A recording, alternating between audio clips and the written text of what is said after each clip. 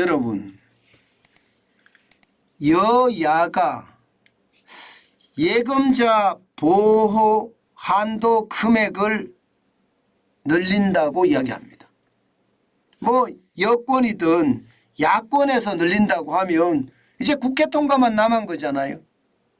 예, 쉽게 말하면 5천만 원인 예금자 보호 한도를 땡억 원이라고 해, 땡억이라고 이야기했는데 바로 1억입니다. 1억. 1억까지 올린다고 합니다. 1억까지. 뭐 이것은 제가 아니라고 상향 조정 아니라고 돼 있지만 이제 1억까지 올리는 것은 뭐 기정사실화 돼 가고 있습니다. 왜 올릴까요? 제가 봐서는 시기와 또 상황이 절묘하게 맞아떨어졌다 이렇게 생각합니다. 미국에서 실리콘밸리에 폰뱅크런이 일어나는 걸 봤거든요. 하루 만에 삽시간에 돈이 빠져나가는 걸 봤고요. 이게 은행이 신뢰를 잃으면 폰뱅크런이 일어날 수 있다. 이런 상황까지도 우리가 접했습니다. 만약에 5천만 원의 예금자 보호 한도만 해놨을 경우에 저도 여러분들에게 말씀을 많이 드리듯이 이금융권에서 5천만 원 정도만 놔두고 돈 다 뺀다는 이야기예요. 실제로들 많이 빼고 있습니다. 그래서 야 이거 지금 예금자 보호 한도 올려야 되겠다.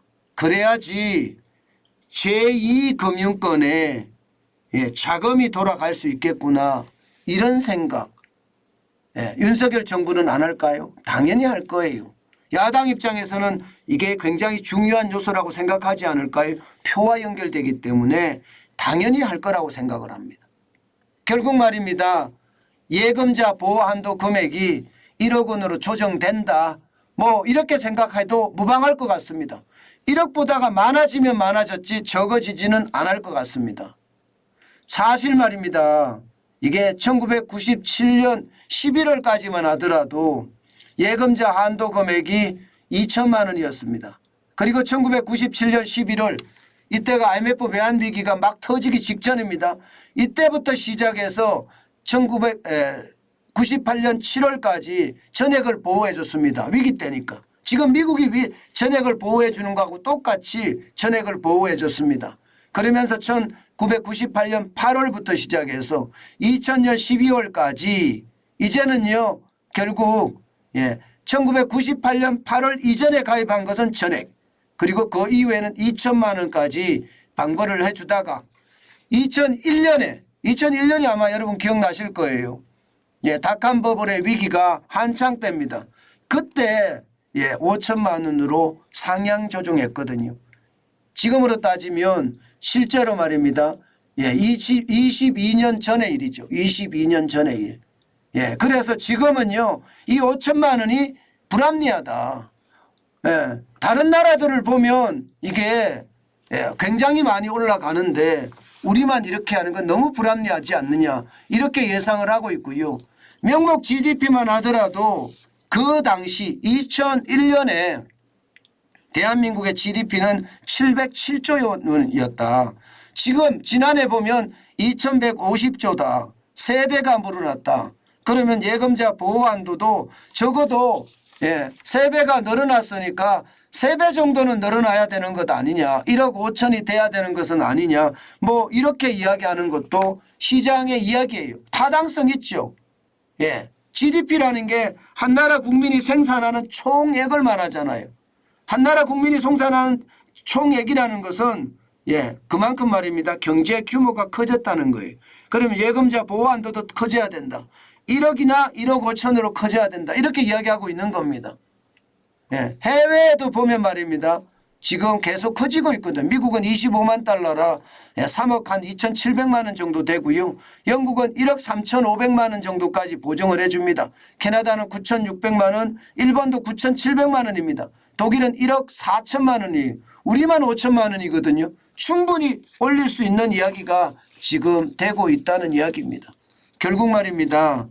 아마도 여야가 합의를 했기 때문에 이제 예금자 보호 한도 금액 저는 올릴 거라고 생각을 해요.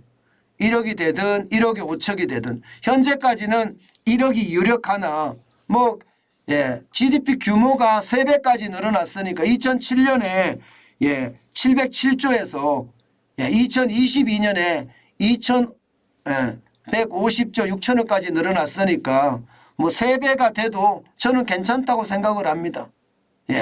문제는 있습니다. 당연히 문제는 있습니다. 무슨 문제가 있느냐. 이게 예금자 보호 한도를 하려고 그러면요. 기본적으로 말입니다. 예금 보험을 넣어야 되거든요. 보험료 당연히 넣어야 되겠죠. 그런데 그 보험료율이 올라갈 가능성이 굉장히 높습니다. 지금 현재까지만 하더라도 은행은 0.08% 수신 기준입니다. 평전 기준으로 0.08%를 예금자 보험료로 집어넣어야 되고요. 금융투자사들은 0.15%, 보험사도 0.15%입니다. 저축은행은 0.40%입니다. 그런데 이게 만약에 예금자 보호 한도가 늘어나면 이 보험료 지금 나가는 것보다 더 많아질 수 있겠죠. 그럼 금융사들이 어떻게 한다고요?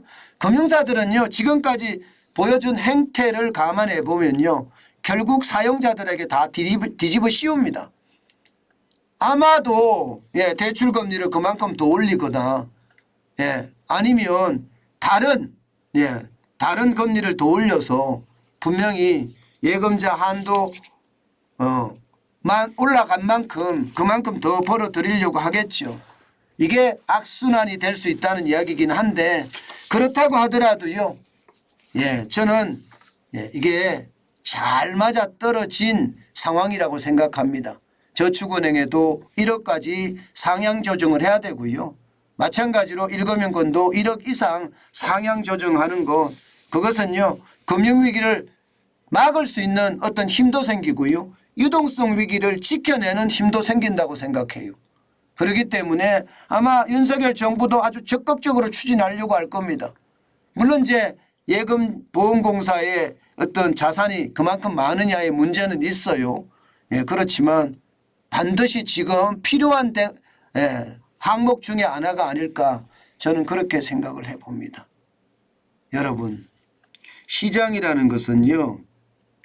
시장에 역행하는 것은 굉장히 나쁜 일이지만 시장에 순응하면서 대응하는 것은 저는 굉장히 좋은 일이라고 생각을 합니다. 예금자 보호안도 물론 덮어 씌일 거 걱정은 되지만 지금 당장은 필요한 조치가 아닐까 그 생각 저도 해보고 있습니다.